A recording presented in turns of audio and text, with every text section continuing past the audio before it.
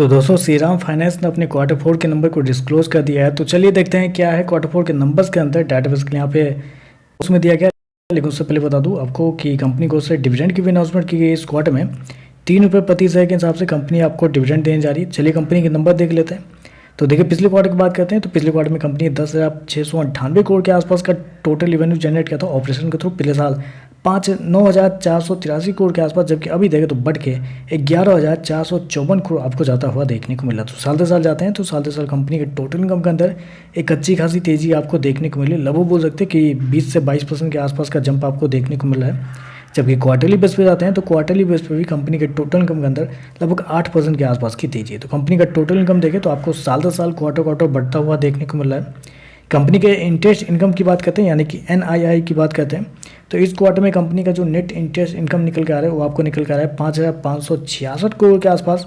जबकि मार्केट का जो अनुमान था कंपनी के नेट इंटरेस्ट इनकम को लेकर वो था लगभग 5,780 करोड़ के आसपास। तो आप कह सकते हैं उसके आसपास या उससे थोड़ा सा कम आपको देखने को मिल रहा है। खर्चे की बात करते हैं तो देखिए पिछले क्वार्टर में कंपनी का 7,946 करोड़ के आसपास, पिछले साल 6,853 करोड़ के आसपास। जबकि अभी देखें तो कंपनी का 8,688 करोड़ आपको देखने को मिला है। तो खर्चे देखें तो खर्चे भी कंपनी के ठीक है, थोड़े से ज़्यादा इस क्वार्टर में देखने को मिले बेसिकली। चलिए कंपनी का प्रॉफिट क्या निकलता है वो देखते हैं। तो देखिए पिछले क्वार्टर में कंपनी 3,569 करोड़ के प्रॉफिट में थी, पिछले साल 1,945 करोड़।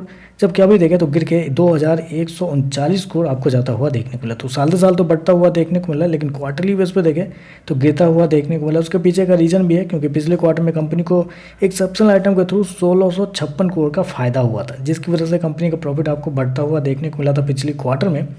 कंपनी शो कितना किया है 2,139 करोड़ का प्रॉफिट इस क्वार्टर में, जबकि मार्केट का जो अनुमान था वो था लगभग 2,140 करोड़ के आसपास। तो एग्जैक्टली बोल सकते हैं इनलाइन कंपनी के प्रॉफिट भी देखने को मिल रहा है। EPS की बात करते हैं तो देखिए पिछले क्वार्टर में कंपनी का EPS 19 रुपये के आसपास था, पिछले साल देखें तो 10.5 रुपये के आसपास, जबकि अभी देखें तो 11.5 रुपये के आसपास आपको देखने को मिला। तो ओवरऑल अगर देखा जाए तो नंबर मतलब इनलाइन नंबर आप कह सकते हैं, क्योंकि जितना मार्केट का अनुमान था प्रॉफिट को लेकर एग्जैक्टली उतना ही देखने को मिल रहा है। और कंपनी के नेट इंटरेस्ट इनकम भी देखें तो जितना मार्केट का अनुमान था उसके आसपास ही देखने को मिला। ओवरऑल देखें तो नंबर पॉजिटिव है, गिरावट वाली कुछ चीज़ें यहाँ पे देखने को नहीं मिले, सारा कुछ अपसाइड में ही आपको देखने को मिला है। लेकिन जितना मार्केट का अनुमान था उतना ही देखने को मिल रहा है। तो चलिए बस आज के लिए बस इतना है। वीडियो पसंद आए तो लाइक कीजिएगा, साथ में साथ चैनल को सब्सक्राइब जरूर कीजिएगा। धन्यवाद।